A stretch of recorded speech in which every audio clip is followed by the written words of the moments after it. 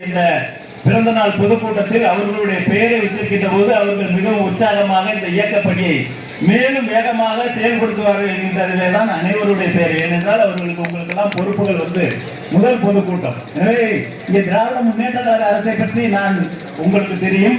இங்கே இருக்கின்ற அமைச்சர் நேரு, திரு மகேஷ் பொய்யாமொழி உட்பட்ட திராவிட முன்னேற்ற கழகத்திலெல்லாம் வாய்ப்பு கிடைக்கின்ற போதெல்லாம் நாம் அவர்களுடைய குறைகளை சுட்டிக்காட்டிக் கொண்டுதான் இருக்கிறோம் என்பது தெரியும். இதை பொறுத்தவரை புரட்சித் தலைவி அம்மா அவருடைய பிறந்த தினத்திலே இங்கே புதிதாக பொறுப்பேற்ற உங்கள் அனைவருக்கும் என்னுடைய வாழ்த்துக்கள். மீண்டும் பல பதவிகள், இந்த பதவி உங்களுக்கு ஆரம்பம் தான். பல பேர் பதவி என்பது கனவாக இருந்ததுதான் இன்றைக்கு உங்களுக்கு வந்திருக்கிறது. எந்த அணியில் என்ன பொறுப்பாக இருந்தாலும் பரவாயில்லை. உங்களுடைய உழைப்பு, விசுவாசம் உங்களுடைய பதவியை உயர்த்தி கொண்டே போகும்.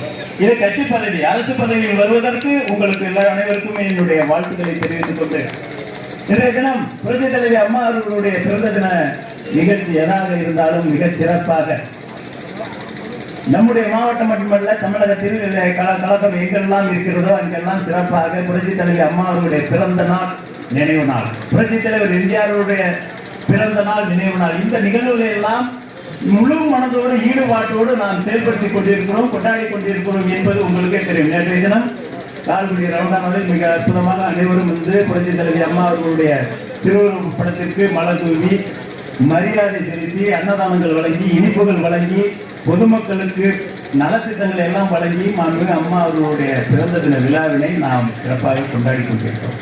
கொண்டாடுவதற்கு தகுதியான தலைவர் இன்றைக்கு திமுகவில் இருக்கிறார். அவருக்கு எந்த தகுதியில் பின்னாடி வருகிறேன். ஒரு தகுதியான தலைவர் இன்னைக்கு புரட்சி தலைவர் எம்ஜிஆர் அவர்கள் மறைந்தும் அம்மா மறைந்தும் எத்தனை ஆண்டுகள் ஆனாலும் அவர்களுடைய ஓரளவு கூட தொண்டர்கள் மத்தியிலும் பொது மக்கள் மத்தியிலும் இன்றைக்கு மங்காப்புகளுக்கு சொந்தக்காரர்களாக 20 பேர் இருக்கிறார்கள். இன்றைய தினம் வரை அம்மா என்றால் அம்மா தான், மற்றதெல்லாம் சும்மா ஒண்ணு இருக்கு. சொல்றேன் உங்களுக்கு, இன்னொன்று தனக்குத்தானே பேரை சொல்லிக்கிட்டு இருக்குது. அது இறுதியாக வருகிறேன். எனக்கு சொல்லியிருந்தால் தகுதியான தலைவர்கள் புரட்சி தலைவர் எம்ஜிஆர், புரட்சி தலைவி அம்மா, இந்த இருவரும் தலைவர்களின் மறுஉருவமாக இன்றைக்கு அண்ணன் எடப்பாடியார் அவர்கள் இந்த இயக்கத்தை நன்மையெல்லாம் வழிநடத்தி கொண்டிருக்கிறார்கள். இன்றைக்கு திராவிட முன்னேற்ற கழகம் ஆட்சிக்கு 4 ஆண்டு காலம் முடிய போகிறது. இந்த 4 ஆண்டுக்கு முன்பாக அவர் என்னென்ன வாக்குறுதிகள் கொடுத்தார், எதையெல்லாம் செயல்படுத்தினார், எதையெல்லாம் மக்களை ஏமாற்றினார் என்பது நீங்கள் நம்முடைய அனைத்து இந்திய அண்ணா திராவிட முன்னேற்ற கழகத்தின் மேடையில் பேசுகிறவர் பேச்சை கூட கேட்க வேண்டியதில்லை. காலையிலே செய்தித்தாளை புரட்டியிருக்கிறார் தெரியும். ஒரு பக்கம் ஜாக்டோ ஜியோ போராட்டம், ஒரு பக்கம் சத்துணவு அமைப்பாளர்கள் போராட்டம், ஒரு பக்கம் இபி தொழிலாளர்கள் போராட்டம். இப்படி பத்திரிகையை புரட்டினால் திராவிட முன்னேற்ற கழக அரசு சொன்னபடி செய்யவில்லை என்பதற்காக பல்வேறு போராட்டங்களை இன்றைய தினம் நடத்தி கொண்டிருக்கிறார். இந்த ஆட்சியை அகற்றி விடுவார்கள், அவர்களே அகற்றி விடுவார். யார் திராவிட முன்னேற்ற கழக அரசு வருவதற்கு காரணமாக இருந்தார்களோ அவர்களே இன்றைக்கு கங்கணம் கட்டிக்கொண்டு திராவிட முன்னேற்ற கழக அரசை அகற்றுவதற்கு தயாராகிவிட்டார்கள். ஒவ்வொரு தட்டு மக்களையும் 505 வாக்குறுதிகளை வழங்கி ஒவ்வொரு தரப்பு மக்களையும் ஏமாற்றி இன்னைக்கு ஸ்டாலின் என்ன சொல்கிறார், 90% நாங்கள் கொடுத்த வாக்குறுதியை நிறைவேற்றிவிட்டோம் என்று சொல்கிறார். ஆனால் எடப்பாடியார் தான் கேட்கிறார், நீங்கள் வெள்ளை அறிக்கை கொடுங்கள், இல்லை நீங்கள் கொடுத்த வாக்குறுதி சம்பந்தமாக நேருக்கு நேர் விவாதிக்க தயாரா? எந்த வாக்குறுதியை நீங்கள் நிறைவேற்றினீர்கள், எதை நிறைவேற்றவில்லை, எது நீங்கள் கொடுத்த வாக்குறுதி நிறைவேற்ற முடியாத வாக்குறுதி, மத்திய அரசால் நிறைவேற்றக்கூடிய வாக்குறுதியை எல்லாம் கொடுத்து விட்டு இன்றைக்கு மாட்டிக்கொண்டிருக்கிறார். ஏனென்றால் அவர் நினைத்தது நடந்துவிட்டது, ஸ்டாலின் நினைத்தது நடந்துவிட்டது. நாம் ஆட்சிக்கு வர வேண்டும், நம்முடைய மகனை உச்ச பதவிக்கு கொண்டு வர வேண்டும். திராவிட முன்னேற்ற கழகத்தினர் நேரு உட்பட, மகேஷ் உட்பட அனைவருமே சம்பாதிக்க வேண்டும். 10 தலைமுறை 11 தலைமுறைக்கு சம்பாதிக்க வேண்டும். இதான் அவர்கள் அதிகமாக நினைத்தது. அதை சாதித்து விட்டார்கள். ஒருபடி மேலே சொல்ல வேண்டும் என்றால், இந்த பூவாளூர் பகுதி திரு கே நேரு அவர்களால் பாதிக்கப்பட்ட பகுதி. கடந்த நாடாளுமன்ற தேர்தலில் கூட இங்கே பிரச்சாரத்துக்கு நம்முடைய வேட்பாளர் வந்தபோது அனைவருமே பொதுமக்கள் எல்லாம் புலம்பினார்கள். நேருடைய அரிசி ஆலையில் தூக்கி எல்லாம் வருகிறது, பல பேர் கண் தெரியாமல் போகிறார்கள். இதற்கு ஏதாவது தீர்வு உண்டா என்றால் தீர்வு உண்டு. 2026 திமுக ஆட்சியை அகற்றினால் இங்கே இருக்கிற நேருவின் அரிசி ஆலையும் அகற்றப்படும். அதோட அச்சாரமாக தான் இந்த பல பகுதிகள், இந்த லால்குடி சட்டப்பேரவை தொகுதிக்கு உட்பட்ட ஒன்றியங்கள், நகரம், பேரூர் கழகம் உள்பட்டதிலே இந்த பூவாளூர் பேரூராட்சி மட்டும்தான் அதிகப்படியான வாக்குகளை நீங்கள் வாரி வழங்கினீர்கள் நடந்து முடிந்த நாடாளுமன்ற தேர்தல். எனவே 2026 திமுக ஆட்சி அகற்றிய அடுத்த நிமிடம் நேருடைய அரிசி ஆலை அகற்றப்படும். இது உத்தரவாதம் சொல்லிவிட்டு செல்வதல்ல. ஏனென்றால் புரட்சித் தலைவி அம்மா அவர்களுடைய பிள்ளைகளில் நானும் ஒருவர். புரட்சித் தலைவி அம்மா அவர்களை தலைவராக பார்த்திருப்பீர்கள். அவர் அம்மாவாக இன்னைக்கு ஸ்டாலின் சொல்றாரு, என்ன அப்பா அப்பான்னு கூப்பிடுங்கன்னாரு. எதுக்கு சொல்லுவேன்னா, நான் ஒரு எடுத்துக்காட்டோடு சொல்லுவதற்கெல்லாம் ஸ்டாலின் அப்பான்னு கூப்பிடலாம். யாரு கூப்பிடலாம்? அவருடைய மகன் உதயநிதி கூப்பிடலாம். பெரிய பண்ணு மகேஷுக்கு அப்பான்னு கூப்பிட முடியாது, பெரிய பண்ணு கூப்பிடுவார். அவர் திருவண்ணூர்ல பேசும்போதெல்லாம் பெரிய பண்ணு தான் கூப்பிடுவார். அதனால அப்பான்னு கூப்பிடுவார், பெரிய அப்பான்னு கூப்பிடலாம் மகேஷ். இதை தாண்டி ஒரு கல்லூரிக்கு செல்கின்ற குழந்தை பிள்ளைகள்லாம் என்ன சொல்லுவாங்க?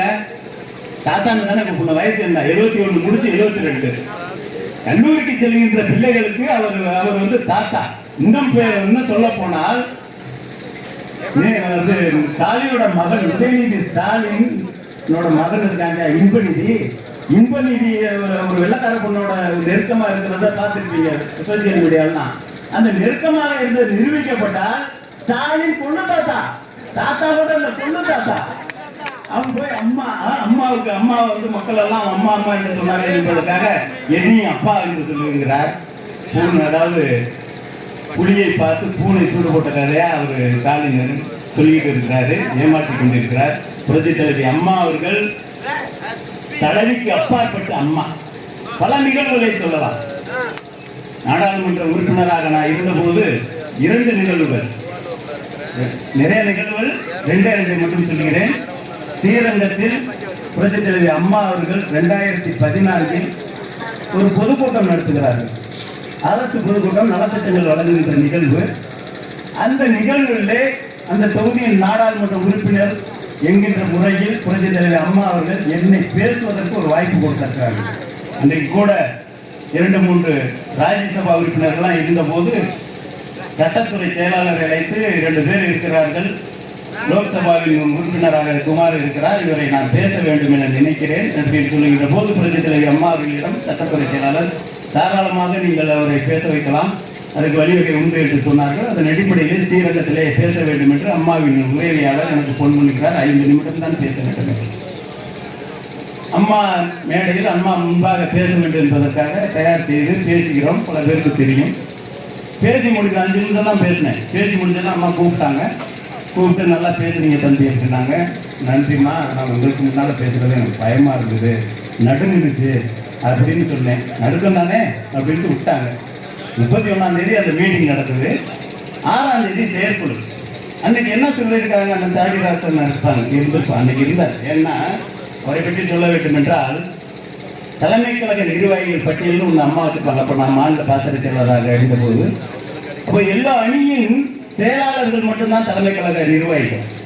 2 அணிக்கு மட்டும்தான் அந்த அணியின் தலைவர்கள் தலைமை கழக நிர்வாகிகளாக வருவார்கள். அதில் அண்ணன் தாடிராசன் ஒருவர், இன்னொரு வழக்கறிஞர் பிரிவின் தலைவர் திரு சேதுராமன். எதற்கென்றால் அந்த 31ஆம் தேதி நான் பேசுகிறேன். 6ஆம் தேதி செயற்குழுவிலே ஏறக்குறைய 35 நிமிடம் அந்த தீர்மானங்களை எல்லாம் நீதான் வாசிக்க வேண்டும் என்று புரட்சித் தலைவி அம்மா அவர்கள் என்னை வாசிக்க விட்டு அந்த பயத்தை போக்குகிறார்கள். அது ஒரு தாய் ஒரு குழந்தைக்கு சொல்லிக் கொடுக்கின்ற விதம். இதுதான் எதுக்கு சொல்லியிருந்தால், ஒரு தாய் தலைவியாக இருந்து கொண்டு ஒரு குழந்தையை எப்படி நாம் வளர்க்க வேண்டும் என்று அப்படிப்பட்ட தாய் இன்னைக்கு பாருங்க.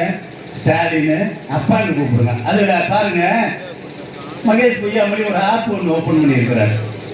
அப்பான்னு ஒரு ஆப். அது தமிழ்லேயே நல்லா படித்தவர்களுக்கு தெரியும். தமிழ்லேயே அப்பான்னு ஒரு ஆப் ஓபன் பண்ணி இருக்கிறாரு.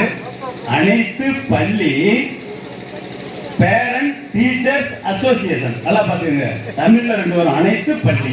அதுக்கு பிறகு பேரண்ட் டீச்சர் அசோசியேஷன். இது எப்படி அப்பான்னு வரும் சொல்லுங்க, நீங்களே சொல்லுங்க. தமிழ்லேயே பாதி தமிழ் பாதி ஏதோ அப்பான்னு வரும். அப்பாங்கிற ஒரு புனிதமான வார்த்தையை ஒரு 10-15 நாளா கேவலப்படுத்தி ஸ்டாலின் வைத்துக் கொண்டிருக்கார். இதெல்லாம் ஒரு முடிவு கட்ட வேண்டும் என்றால் சட்டமன்ற தேர்தல் 2026 நடைபெற இருக்கின்றது. இந்த தொகுதியை பொறுத்தவரை இங்கே சட்டமன்ற உறுப்பினராக திராவிட முன்னேற்ற கழகத்தை சேர்ந்தவர் ஒருத்தர் இருந்தாலும் அவர் சுதந்திரமாக செயல்படவில்லை. இந்த தொகுதிக்கு தேவையான திட்டங்களை எல்லாம் அவர் கொண்டு வந்து சேர்ப்பதற்கு அவர்கள் உள்கட்சி பிரச்சனையில் பல பிரச்சனைகள் இருக்கிறது. அவரே சமூக வலைதளங்களில் தெரிவித்திருக்கிறார், KN நேரு அவர்கள் என்னை செயல்பட விட மாட்டேன் என்கிறார் என்று. திரு KN நேரு அவர்கள் திரு சவுந்தரபாண்டியனை செயல்பட விடாததன் காரணமாக இந்த தொகுதி வளர்ச்சி அடையாத தொகுதியாக பின்னோக்கியே இருக்கிறது. இதற்கு விடிவு காலம் பிறக்க வேண்டும் என்றால் இது அனைத்து இந்திய அண்ணா திராவிட முன்னேற்ற கழகத்தின் சட்டமன்ற உறுப்பினர் இந்த தொகுதியின் சட்டமன்ற உறுப்பினராக வர வேண்டும். எனவே நீங்கள் எல்லாம் பாடுபட வேண்டும். மாநில அரசை பொறுத்தவரை பல புள்ளி விவரங்களோடு ஏற்கனவே பல பொதுக்கூட்டங்களில் பேசியிருக்கிறேன், வரும் கூட்டங்களில் பேசுகிறேன். ஏனென்றால் உங்களுடைய இந்த கூட்டத்திலே புரட்சித் தலைவி அம்மா அவர்களையும் உங்களையும் அம்மா அவர்களின் பிறந்த தின விழாவை சிறப்பாக கொண்டாட வேண்டும், அவருடைய புகழை நாம் பேச வேண்டும். அதே போல் புதிதாக பதவியேற்ற பல பேர் அவர்களுக்கு வாழ்த்து சொல்ல வேண்டும் என்ற நோக்கத்தில் வந்தேன். திராவிட முன்னேற்ற கழக அரசை மீண்டும் ஒரு பொதுக்கூட்டத்தில் நிச்சயம் பிடித்து விடைபெறுகிறேன். நன்றி.